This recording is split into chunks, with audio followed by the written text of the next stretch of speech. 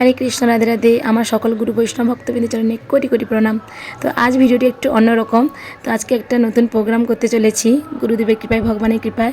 তো মায়াপুর ধাম থেকে প্রভুদের আদেশ নিয়েই, অনুমতি নিয়েই তো আজকে যোগিনী একাদশী পাতে অনেক অনেক শুভেচ্ছা জানাই সকলকে। তো এই একাদশী তিথিতে সবাই মিলে একটা প্রোগ্রাম করব।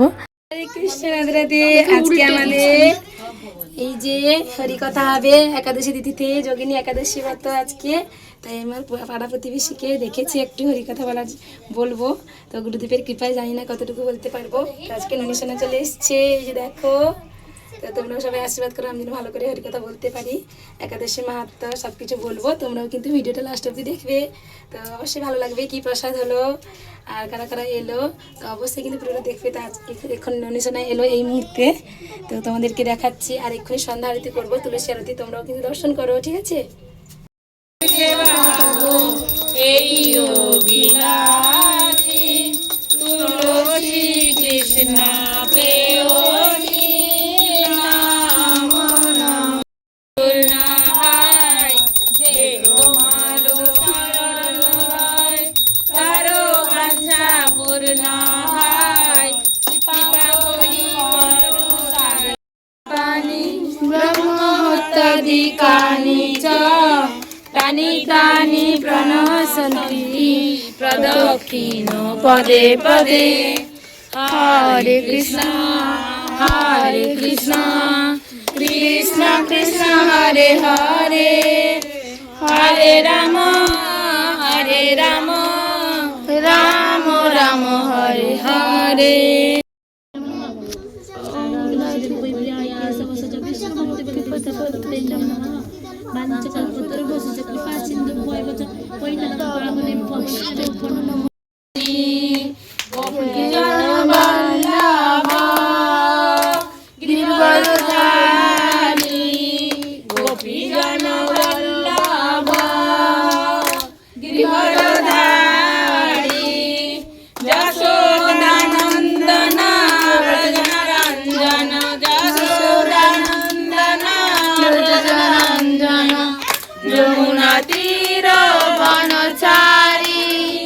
যমুনা তীর বনচারী জয় রাধা।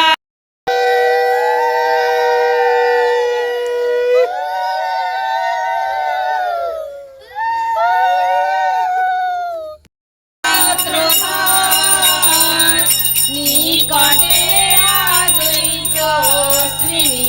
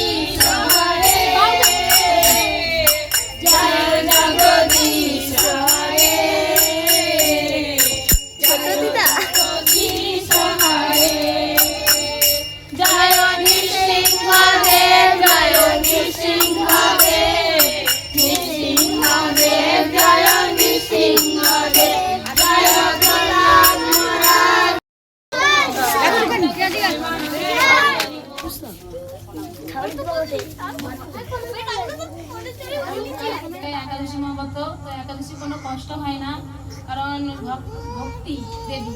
তো একাদশী হচ্ছে আমাদের ভক্তি আনবে। তো আমরা ভগবানকে সন্তুষ্ট করার জন্য একাদশী মহাব্রত করবো। এবং একাদশী ব্রত না করলে কি পাপ হয় আর একাদশী করলে কি পুণ্য লাভ হয়, তো সবকিছু আমি বলবো।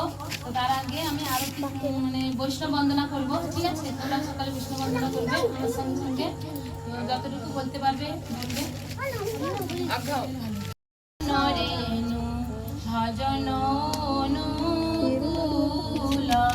সুধভগত চরণ রেণু ভজন অনুকূল সুধভগত চরণ রেণু ভজন অনুকূল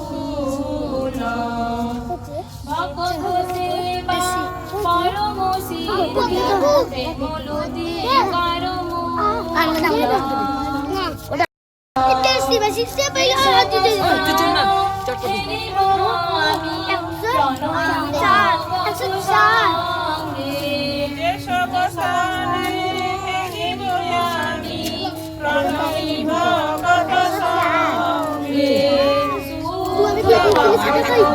চরণ রেণু ভজন অনুকূল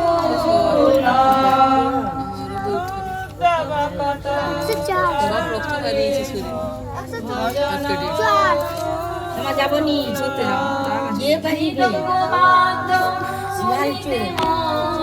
অবসর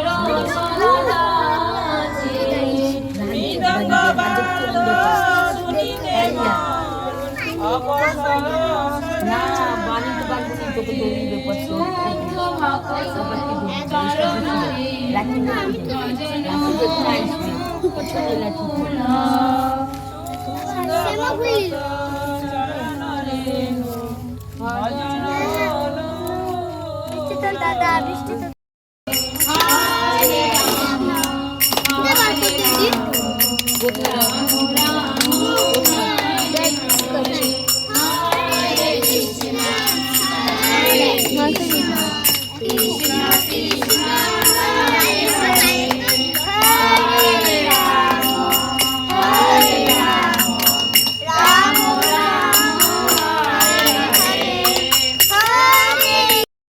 যোগিনী নামে খ্যাত মহাপাপ নাশকারী এই তিথি ভবসাগরে পতিত মানুষের উদ্ধার লাভের একমাত্র নৌকাসন। ব্রত পালনকারীদের পক্ষে এটি সর্বশ্রেষ্ঠ ব্রত বলে প্রসিদ্ধ। এই প্রসঙ্গে আপনাকে একটি পবিত্র পৌরাণিক কাহিনী বলছি। অলকা নগরে শিবভক্ত পরায়ণ কুবের নামে এক রাজা ছিলেন। তিনি প্রত্যহ শিব পূজা করতেন। তার হেমমালী নামে একজন মালী ছিলেন। প্রতিদিন শিব পূজার জন্য মানস সরোবর থেকে সে ফুল তুলে যমরাজ কুবেরকে দিত। তো বুঝতে পারছো সবাই যে একজন কুবের ছিল কৃষ্ণ ভক্ত, তো সে রোজ ফুল তুলে দিত শিবের জন্য। বিশালাক্ষী নামে এক হেমমালীর এক পরমা রূপবতী পত্নী ছিল। তো তার কিভাবে পূজা সেবা করতে হয় ভগবানকে জানানোর জন্য, তো স্বয়ং ভক্তরূপে দেখিয়েছেন ভক্ত কিভাবে হতে হয়। ভগবানকে ভগবানকে সবসময় যেন বলেছেন ভগবান শ্রীকৃষ্ণের সেবা করো, বিষ্ণু নারায়ণের সেবা করো, তবেই তোমরা সমস্ত থেকে পাপ থেকে মুক্ত হতে পারবে। কৃষ্ণ চৈতন্য প্রভু নিত্যানন্দ শ্রী অদ্বৈত গদাধর শিবাসাদি গৌর ভক্তবৃন্দ। হরে কৃষ্ণ কৃষ্ণ কৃষ্ণ হরে হরে, হরে রাম রাম রাম হরে হরে। বাঞ্ছাকল্পতরুভ্যশ্চ কৃপা সিন্ধু ভয়েব চ পতিতানাং পাবনেভ্যো বৈষ্ণবেভ্যো নমো নমঃ। তো হরিকথা এইমাত্র শেষ করলাম। তো তারপরে সবাইকে এই যে প্রসাদ, তো প্রসাদ দেওয়া হচ্ছে এখন। তো প্রসাদ ছিল সাবুর পোলাও আর একটু ফল দিয়েছিলাম, তো এইটুকুই প্রসাদ করেছিলাম। তো অনেকেই এসেছিলো, তো তোমরা নিশ্চয়ই ভিডিওতে দেখতে পাচ্ছিলে। তো পাড়া প্রতিবেশী থেকে অনেকেই এসেছিলো। তো আবার পরের একাদশীতে আবার এরকম ভিডিও দেওয়ার চেষ্টা করব তোমাদের কাছে। তো অবশ্যই কেমন হলো কমেন্ট করে অবশ্যই কিন্তু জানিও। তো যেহেতু আমি নতুন এই প্রোগ্রামটা করলাম, তো দেখা হচ্ছে পরের ভিডিওতে। ততক্ষণ ভালো থেকো, রাধে রাধে।